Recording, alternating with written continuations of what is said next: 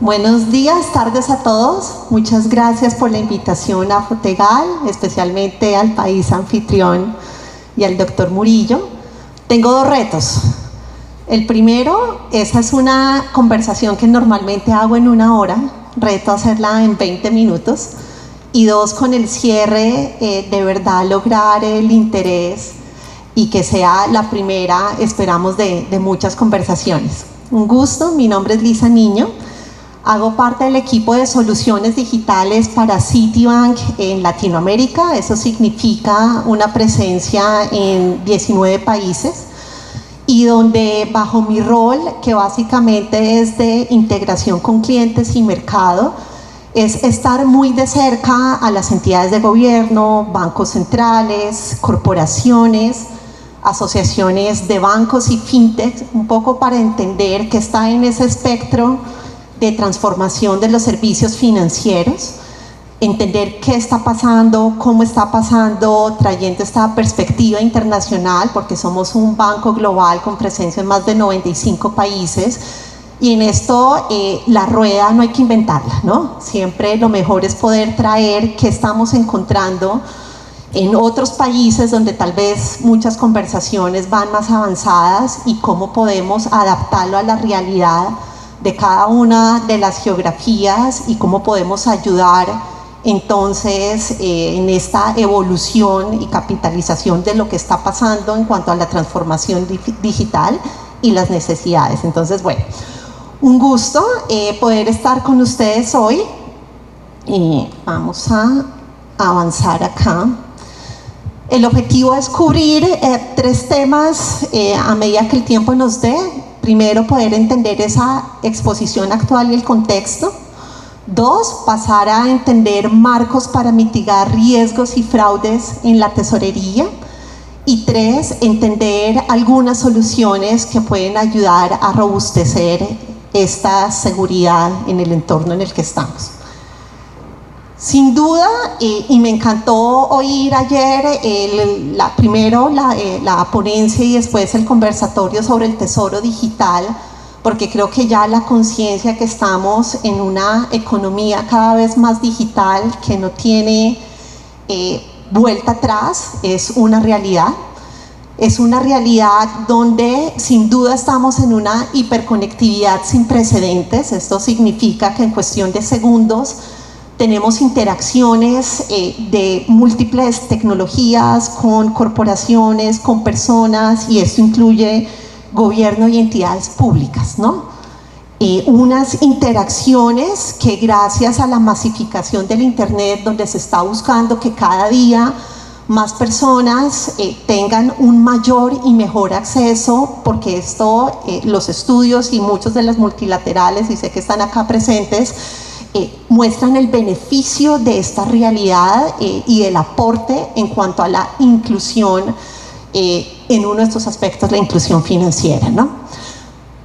Esta masificación de Internet sin duda está dando paso a una economía cada vez más digital. De hecho, hay un white paper del Foro Económico Mundial en el 2023 donde reconoce que uno de los motores detrás de los grandes cambios económicos es precisamente esa transformación digital, y donde vemos que en esto las experiencias de las personas, de las corporaciones, de las entidades de gobierno se digitalizan cada vez más, y sin duda con esto las transacciones. Con esta realidad tenemos sin duda esa huella digital que queda producto de las interacciones, y en esto una captura de datos en el perímetro a través de los diferentes dispositivos, pero además de los canales que usamos para movernos en esta economía cada vez más digital. Y esto deja per se una explosión de datos que son almacenados, analizados, automatizados y aumentados por las diferentes entidades o puntas que hacen parte de esta interacción. Y si bien representa una oportunidad sin precedentes, y oportunidades cuando vemos, digo yo, el vecindario, la región, vemos los casos de Brasil en cuanto a todo lo que es la transformación de los servicios financieros es una oportunidad espectacular. Ya ver que tenemos casos de éxito y referentes que ya no son solo un referente en Latinoamérica, sino a nivel global, es bien importante. Sin embargo, así como trae estas grandes oportunidades, sin duda nos trae grandes retos, ¿no? Y retos en cuanto a la seguridad y la ciberseguridad, con tanta información fluyendo a través de estas interacciones, estamos a una exposición a la cual no habíamos estado como entidades en el pasado, y esto ya es un tema que trasciende las fronteras de tecnología. Hablamos que el tema de seguridad y ciberseguridad es un tema de la primera línea de gobierno y de dirección de las corporaciones. Creo que el estar acá, incluyendo una charla de este tipo, es un tangible de la realidad, y bueno, nos preguntamos cómo hacer desde las tesorerías, en este caso las tesorerías públicas y nacionales, para poder afrontar este reto con la adopción de las mejores prácticas, las mejores estándares y medidas en lo que son las funciones cotidianas de la tesorería. Otra realidad es la agenda de modernización que existe en Latinoamérica de los servicios financieros. Y acá estos son 4 frentes de trabajo que son una realidad en Latinoamérica. En esta interacción que les cuento hacemos en los países con los bancos centrales, los ministerios de Hacienda, las diferentes entidades de gobierno, son una realidad. La primera, y esto está en la agenda regulatoria en cuanto, al menos en el radar, están en diferente grado de maduración según el país, pero podríamos decir que son una constante. La primera frente de trabajo o prioridad está relacionada con los pagos digitales e instantáneos, ¿no? Esta es la primera batalla que se está abordando. En Latinoamérica ya tenemos 13 países con pagos instantáneos. El caso de Brasil, y siempre lo cuento, es espectacular porque ya es un referente. Cuando hablo de referentes globales, Pix es un referente, primero por el compromiso de gobierno, 2, por toda la estrategia y la articulación para hacer que esto suceda. Ayer alguien hablaba de la voluntad política, y sí, esto requiere de voluntad política. Y 3, porque el espectro de pagos inmersos en esto es fundamental. De hecho, ¿qué persiguen estas prioridades? Y para Latinoamérica hemos encontrado 3 temas. El primero, la inclusión y la profundización financiera. El segundo es, perseguimos un objetivo, y en general apropiándome a nivel país, de generar mayores eficiencias en el sistema financiero. Tenemos mucha fracción. Esto es lo que lleva en algunos casos a la no inclusión financiera, y en la medida en que tengamos unos ecosistemas transaccionales, que es la primera punta por donde comienza la inclusión financiera, el poder transaccionar para adquirir productos, bienes y servicios, es el primer paso de entrada, y este es un aporte bien importante. Y por último, el crecimiento económico, ¿no? Sin duda, en estos frentes de trabajo es un motor para todo lo que es el comercio, y por ende un aporte para el crecimiento económico. Entonces, primer frente de batalla persiguiendo estos objetivos en Latinoamérica de los diferentes gobiernos, los pagos digitales. Una vez esto se alcanza, por eso está en verde, porque es la prioridad número 1. El segundo es todo lo relacionado con Open Banking y Open Finance, o banca abierta y finanzas abiertas. Y no sé qué tan familiarizados estén con esto, y si se atreven a levantar la mano quienes ya habían oído o están trabajando en el tema, como para saber si hacemos doble clic o no. ¿Alguien ha oído Open Banking, Open Finance? Bueno, básicamente la segunda prioridad en la agenda regulatoria. Tenemos en Latinoamérica 2 países. México comenzó en el 2018 con la ley FinTech, ha desplegado una sola etapa. Después tenemos a Brasil, que ahora es el referente mundial por número de adopción de consentimientos de Open Banking y Open Finance. Y básicamente el concepto que está detrás de esto, que si bien comenzó en Reino Unido, cuando vemos el tema de Brasil y vemos lo que está poniendo sobre la mesa, es bien interesante, y es que pasa un concepto que la propiedad de los datos es de el propietario, el consumidor. Si hablamos de personas, de las personas, pero si hablamos de las entidades o de las corporaciones. Y bajo este concepto lo que busca es crear una interoperabilidad, así como acá tenemos interoperabilidad de pagos, allá es de datos a través de unas APIs donde se pueda compartir esa información propietaria a través del sistema financiero y con nuevos jugadores que están dinamizando todo lo que es la inclusión financiera. ¿Qué trae como resultado? Servicios financieros mucho más económicos, seguridad, porque los estándares normalmente siguen estándares internacionales basados en APIs, unos requisitos mínimos para participar. Pero 3, la generación de servicios financieros abiertos, apalancándose en una información y datos que ya están. Inclusive cuando hablamos de Open Data y vemos que las personas no bancarizadas, tal vez la información no está en el mundo financiero porque no hacen parte de él, pero está en las telcos, en las entidades de salud y en otras entidades que nos pueden dejar ver quiénes son, cómo transaccionan, su historial en diferentes frentes, nos puede ayudar a potencializar servicios financieros construidos en esa data que permitan y jalonen el acceso. La tercera prioridad es identidad digital, y acá esto puede ser un concepto bien profundo, pero en este momento va a un pilar básico, y es lograr identificar en tiempo real que una persona y una corporación o una entidad es quien dice ser.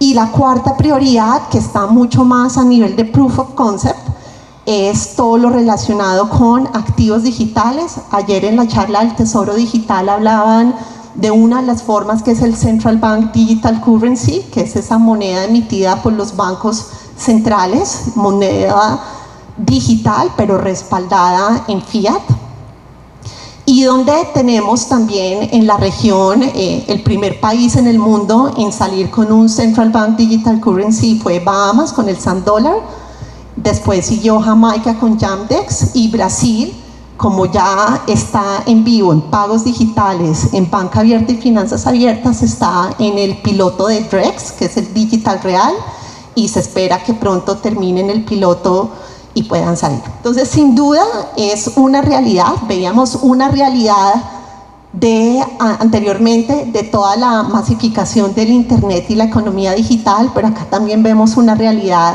de la agenda de modernización de los servicios financieros en Latinoamérica. Y sin duda acá es crucial la colaboración público-privada, y vuelve y aparece el tema de seguridad cibernética. ¿Cómo están los números en cuanto a amenazas e impacto en Latinoamérica? Si vemos esta parte, es el costo de la ciberdelincuencia viene en aumento. Para el 2022 el costo fue de 7 trillones de dólares. Para el 2023 el estimado que se tenía no ha salido, entiendo que la cifra fue de 8 trillones de dólares. Si lo medimos en términos de Producto Interno Bruto, sería la tercera economía más grande después de Estados Unidos y China. Y el proyectado para el 2028 es de 13.82 trillones de dólares. Entonces es un tema importante. Y cuando hablamos ya entonces del rol de la tesorería, yendo a la segunda gráfica, en una encuesta que se hizo y un análisis sobre los sectores afectados, miren quién aparece primero: administración pública.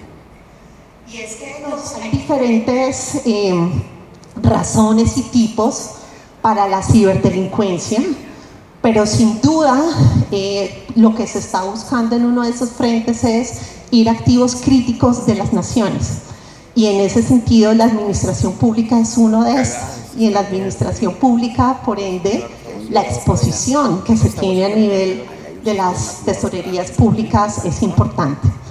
Para finalizar este tema de amenazas e impacto, en Latinoamérica hay cerca de, esto fue también cifras del 2022, hubo 360 billones de ataques cibernéticos. La cifra es gigante. México, el principal país target, seguido por Brasil, Colombia y Perú. Bueno, ayer contaban también algunos de los ataques que han tenido y se han materializado.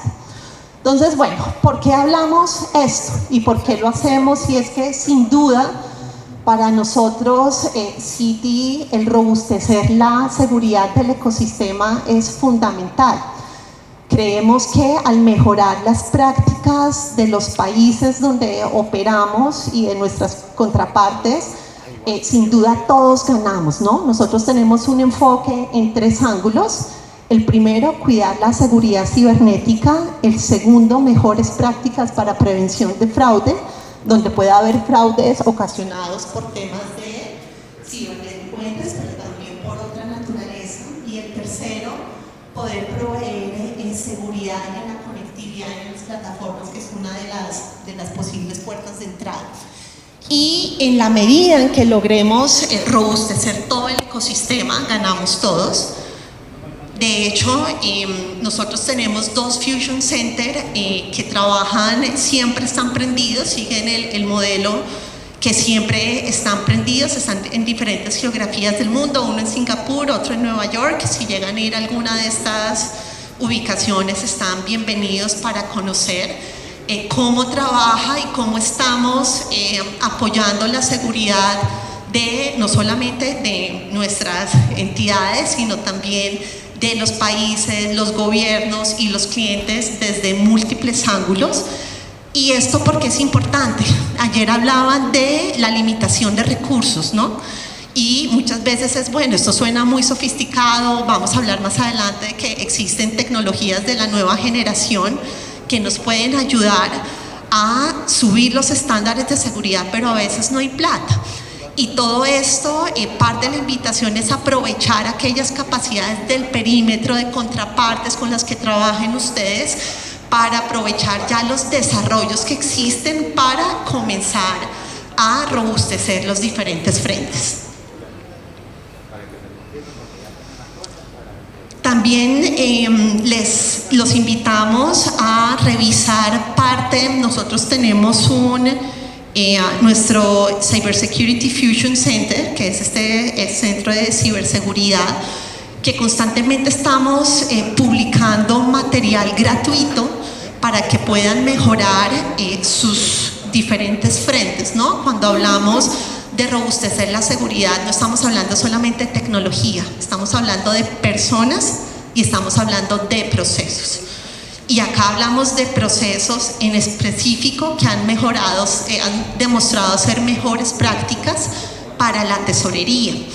Está disponible para ustedes tanto a nivel de artículos, recursos de formación, guías. También hay checklists, aquellos checklists mínimos por diferentes funciones de operación que pudieran serles de utilidad. Bueno, pasando a la segunda parte, y es ¿qué podemos hacer entonces desde la tesorería? Hablábamos que es un tema de todos y es ¿qué podemos hacer, no? Y acá quise traer 3 frameworks que están construidos en base a mejores prácticas internacionales, algunas de estas relacionadas con el mundo financiero y que son frameworks maduros y que nos permiten subir los niveles de seguridad. Tenemos interacciones internas y externas, y el primer framework, es tener un enfoque holístico en estas relaciones, tanto internas como externas. ¿De quién? De la tesorería. Si hablamos de las interacciones externas, sin duda el poder en este enfoque y analizar cómo elevamos los estándares, pero además cómo mitigamos riesgos, analizar no solamente cómo opera la tesorería, sino también esas relaciones con proveedores, con bancos y con proveedores de servicios financieros. Vemos que algunos no tienen inmerso su equipo, algunos procesos los tienen subcontratados y es fundamental estas mejores prácticas asegurarlas también en las interacciones externas. Cuando hablamos de las interacciones internas, sin duda con seguridad y tecnología de la información pidiendo apoyo, digamos, como en estos estándares, pero también en otras entidades de gobierno. Y también retomo algunos de los puntos que hablaban ayer de cómo en la digitalización están expandiendo este perímetro, y parte de lo que hay que robustecer a medida que se generan estas interacciones es, bueno, cómo interactúo y llevar los estándares. ¿En qué están los frameworks y en puntual enfocado? Y es analizar todo lo relacionado con las personas, los procesos y la tecnología. Como se dice, y acá puse esta frase, es tan fuerte como el eslabón más débil. Cuando analizamos por dónde han llegado parte de los 3 últimos ataques a entidades públicas más grandes en Latinoamérica, escogen alguno de estos eslabones y muchas veces los más fuertes, el más fuerte es la tecnología y el más débil es las personas o los procesos. Y uno diría, se habla que se carece de tecnología, pero muchas veces se están vulnerando no por la tecnología, sino por las personas y los procesos, y creo que eso nos dice mucho. Los procesos están bajo nuestra maniobra y es cómo podemos empujar eso. De hecho, hay uno de estos casos donde parte de las coordenadas los cambiaron y les gusta mucho a los ciberdelincuentes poder usar los procesos manuales para cambio de coordenadas de pago. Afectan las coordenadas, simulan ser la parte original, no había un proceso robusto y cuando se dieron cuenta el dinero se fue a donde no debía ser. Segundo, en general lo que se busca en ciberseguridad es poder proteger, detectar y responder. Entonces preguntarse a nivel de la tesorería, ¿qué tengo para proteger? Pero 2, tengo procesos para detectar y detectar a tiempo. Lo que decimos es, cuando uno mira el tiempo, normalmente los ciberdelincuentes pueden durar en promedio 1 a 3 meses viendo cómo se mueve la organización, sin hacer nada, sin concretar, solamente viendo, identificando puntos débiles, para cuando ya ven que es el momento preciso, actúan, ¿no? Entonces, ¿qué procesos tenemos para detectar, pero además para responder? Y simular estas situaciones en el equipo de la tesorería. Así, si llega a suceder, que ojalá no suceda, pero en ciberseguridad siempre se habla de no decir no, sino prepararnos para cuándo y cómo vamos a responder. Si ya tenemos estos roles, esta información crítica, cuáles son las líneas de acción, qué vamos a hacer, qué vamos a comunicar, sin duda nos dan una capacidad de acción para, si algo sucede, cerrar la ventana o el frente de ataque y minimizar lo que pudiera ser el costo total de este ataque. También vemos todo lo que la prevención del fraude requiere, bueno, controles y colaboración. Hablamos de colaboración y de poder indagar, bueno, qué está en esas interacciones externas que pueden poner sobre la mesa que nos ayuden, especialmente cuando hay limitación de recursos. Y asimismo todo lo que es buscar esas mejores prácticas y medidas preventivas en todos los frentes. Por ejemplo, ¿qué frentes? Todo lo que es el manejo del servicio de la deuda, todo lo que es la financiación interinstitucional, todo lo que son los procesos asociados a la nómina y gastos de empleados gubernamentales, pensiones y subsidios, pagos y proveedores. ¿Cómo pueden en cada uno de estos procesos? Esto es seguridad por diseño, ¿no? No es una regla general, es una regla muy particular. Sabemos que las interacciones cambian y cómo en ese análisis de proceso, primero se aseguran que tienen unas prácticas mínimas que son una constante y 2, cómo se pueden elevar. Asimismo, tomar acciones proactivas para identificar riesgos y actividad fraudulenta. Y por último, aprovechar las herramientas de la red que les decía para robustecer la seguridad. Entonces, primer framework, este enfoque holístico. El segundo está relacionado con centralizar. Ayer también tocaban el tema de la centralización, y es que la centralización tiene varios aportes importantes. El primero, asegura una seguridad mínima, unos estándares mínimos. Segundo, permite elevar los modelos de control. 3, simplifica, y la simplificación es bien importante porque está correlacionada con la reacción. Cuando hay complejidad en correr los procesos, en conciliar las cuentas, en identificar los montos, es más tiempo que transcurre para poder detectar que algo está pasando. Los procesos simples, y con simples no estamos sacrificando seguridad, ayudan en capacidad de reacción. Y por último, buscar una centralización que traiga mayor visibilidad. Les hablaba de proteger, detectar y reaccionar, y si pudiéramos traer algunos puntos con el primero, que es proteger. La centralización permite reducir los puntos de entrada, y esto también es una buena práctica de seguridad, ¿no? En la medida que tengamos más puntos de entrada, ya sea a nivel de interacciones o de procesos o de contrapartes, si no todos pueden garantizar la misma seguridad, pudiera en algún momento abrirse una brecha por punto de entrada en uno de estos procesos. Lo segundo, trabajar en todo lo que es la protección de la información es fundamental, así no sea la información transaccional. Otro punto importante es poder elevar los estándares de seguridad y lineamientos de los procesos de la tesorería y de las áreas que veíamos y las contrapartes en lo que era el proceso anterior holístico. Por decir algo, robustecer el proceso de registro de beneficiarios. Acá es fundamental la gestión de cambios. Les contábamos que varias de estas vulneraciones han sido por cambios en coordenadas de procesos que, por decir algo, no se han hecho por diferentes canales. Un solo canal, se cree que es fidedigno el cambio y al final sucede algo.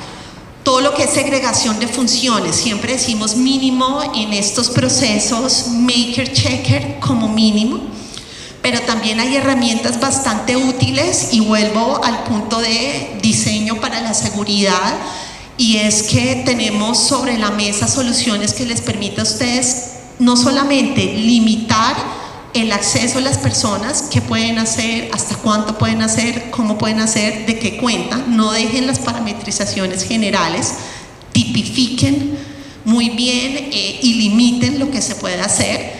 El primer frente es a nivel de personas, el segundo es a nivel de procesos. También existen herramientas en los flujos de nuestros canales transaccionales donde pueden limitar por diseño esa cuenta, cómo se puede disparar o iniciar transacciones, quiénes intervienen en el flujo, y en fin, hay variables de monto, de tipo de inicio, de límites, que la recomendación acá es no dejarlo en genérico, sino diseñar estos cambios para que no se vayan a generar. Si se genera alguna anomalía, se pueda parar.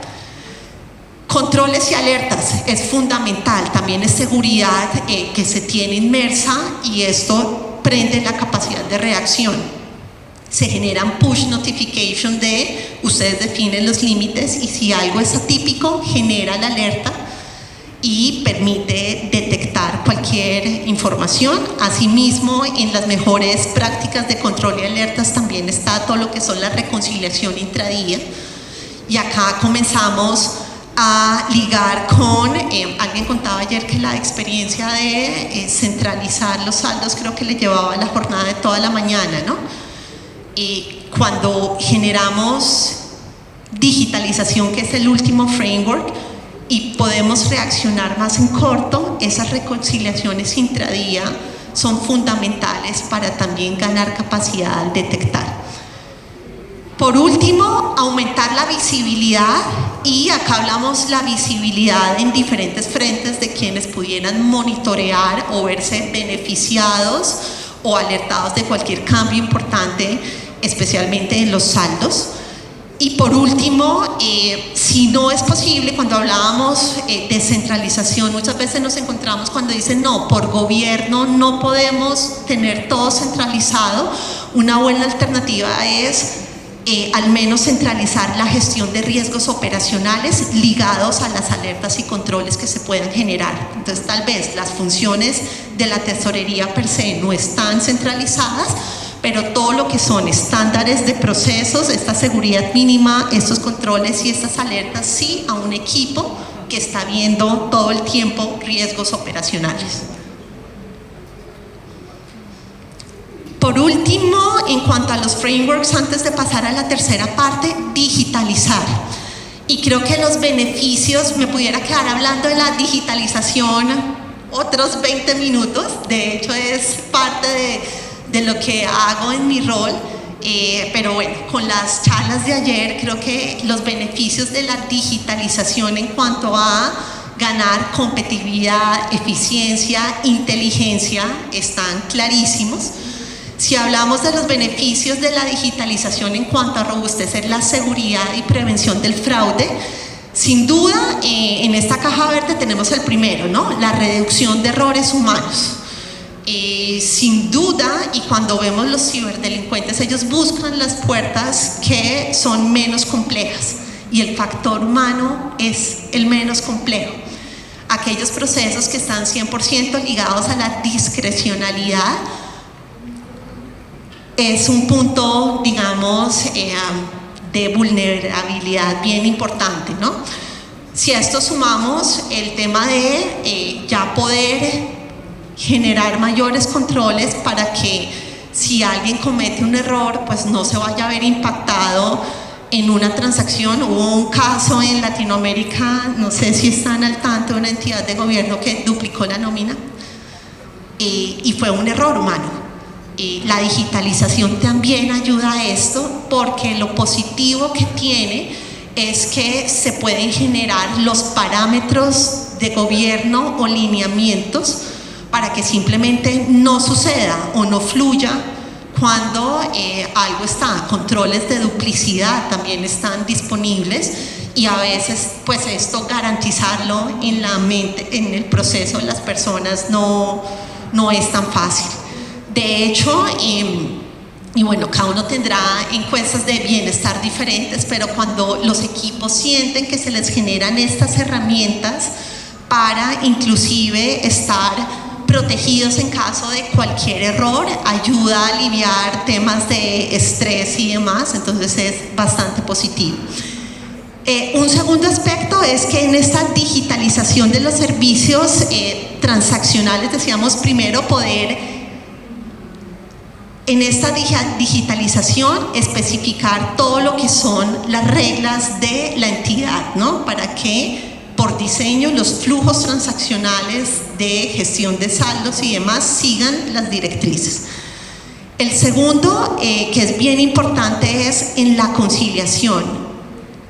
Hoy en día las herramientas de conciliación de saldos y transacciones, para no hacerlo al finalizar el día, sino intradía, están sobre la mesa. Es fundamental por esta capacidad de reacción que hablábamos. Por otro lado, todo lo que es el usar herramientas digitales confiables que están disponibles, les decíamos, en los terceros.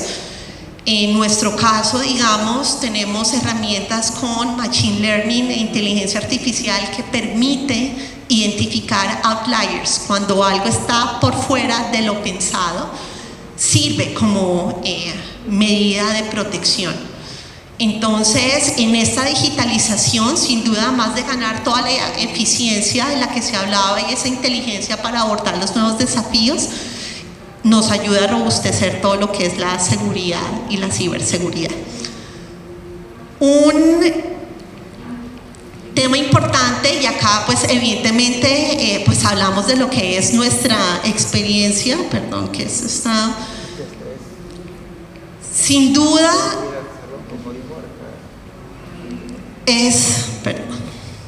es fundamental proteger toda la jornada. Cuando hablamos de jornada no es solamente el acceso a lo que es la información y la gestión de pagos y de conciliación del equipo, sino también proteger todo lo que es el procesamiento per se, cómo se hace, quién ingresa, y además generar centralización y visibilidad.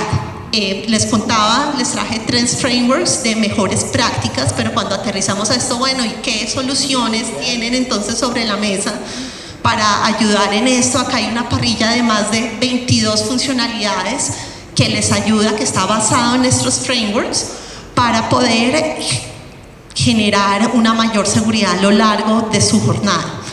Por decir algo, todo lo que es conectividad automatizada, el esquema de autenticación es mucho más robusto, porque ya no se habla de la clave, el password, si es multifactor o no, sino se habla ya de certificados digitales, donde hay llaves públicas y privadas, que normalmente los ciberdelincuentes no se van por ese lado. Entonces, el tener conectividades robustas basadas en este tipo de encriptación, autenticación y demás, suben el nivel a la hora de generar complejidades para ir a materializar algún fraude o una transacción que no debe ser. Cuando hablamos de la banca electrónica, muchas veces también se dice, bueno, pero es lo que tenemos, el poder generar todo lo que es el diseño de los flujos, de cómo debe pasar, pero además autenticarse y tener esa segregación de funciones, cada usuario con sus accesos independientes, porque además esto deja un tracking para poder entender qué pasó, cuándo pasó y con quién. Y además todo lo que es la centralización y visualización. Pero por efectos de tiempo quisiera mostrarles en la práctica 2. Este es el Payment Applier Detection, que sirve para generar un score de las transacciones y entender cuál sería el máximo límite de anomalías. ¿Qué tecnologías están detrás acá? Machine Learning e inteligencia artificial. Y lo que hace el modelo es poder entender cuál es el comportamiento de los pagos, ¿no? Con diferentes características, de dónde, hacia quiénes, montos, días y demás. Y se genera ya un aprendizaje de cómo sucede esta realidad. Cuando un pago genera una anomalía, porque se hizo a la hora que no era, o las coordenadas de pago normalmente era hacia Asia y salió a Europa, o cualquier otro componente, comienza a generar valores atípicos. Una vez encendido el modelo, todo pago, en este ejemplo, digamos, el umbral que se aceptó fue 50 de score en cuanto a que sea típico. De ahí para arriba, todo, por más de que sea automático, se quiere revisar de una forma adicional. En este ejemplo, el pago atípico alcanzó un score de 75 puntos por arriba del umbral, y lo que hace es que, por más de que esté aprobado el pago, genera un flujo donde se vuelve y se revisa o se rechaza. Un ejemplo de estos.